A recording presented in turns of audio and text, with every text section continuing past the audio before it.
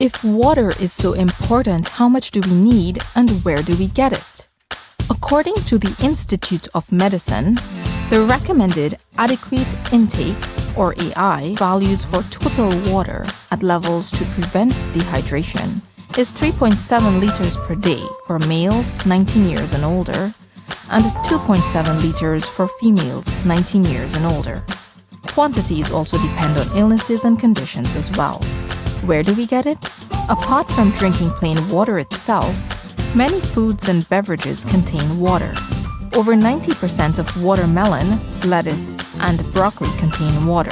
75% to 90% of milk, orange juice, carrot, apple, cottage cheese, and yogurt contain water. Water can also be obtained from beverages like tea, coffee, soda, and alcohol.